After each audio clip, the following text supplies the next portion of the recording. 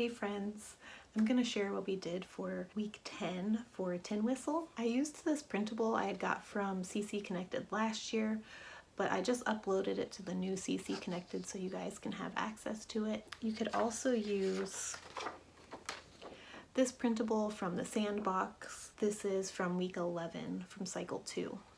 So you have a few options there.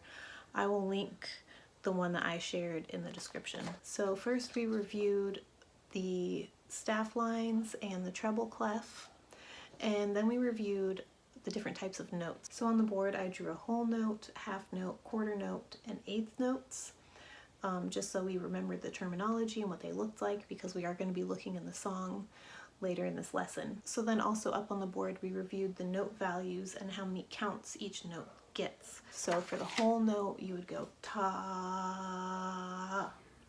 For the half note you would go ta, ta, or you could just do one ta.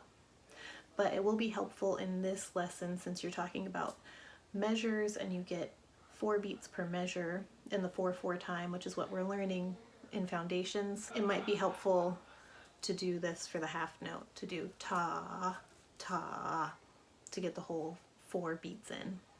Then we reviewed the quarter note, ta, ta, ta, ta, and the eighth note, t, t, t, t, t, t, t, t. Then we looked at our cycle song. This cycle we're doing Mary Had a Little Lamb.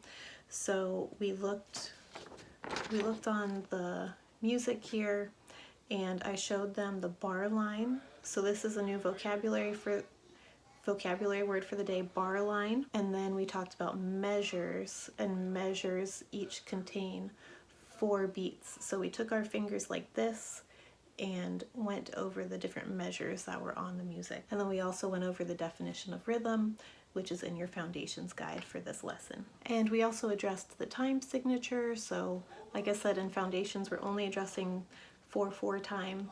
So we talked about how each measure gets the 4 beats. And that's what 4/4 time means. So then I handed out these. I printed them off for the kids. I had them draw in the bar lines.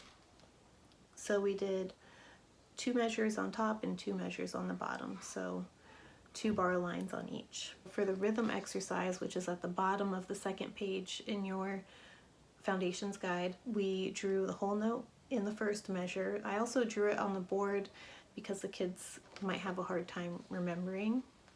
I waited till the last minute to hand out the pencils just because with the age that I have, they can get really distracted, so I didn't want to give any writing utensils until the last minute. In the second measure, we drew our 2 half notes. In the third measure, we drew our 4 quarter notes.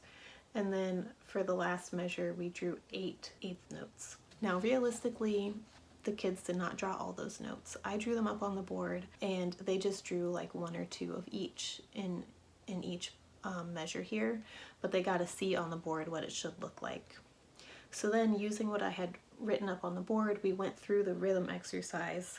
So we did the counting, the ta for the whole note, and so on. Number 4 and 5 under the attending section in the foundations guide is a little bit much for the age that I teach, because not all the children know how to write, so they wouldn't be able to write out ta. So that's why we just sang through the notes rather than labeling them. So then we looked at the cycle song.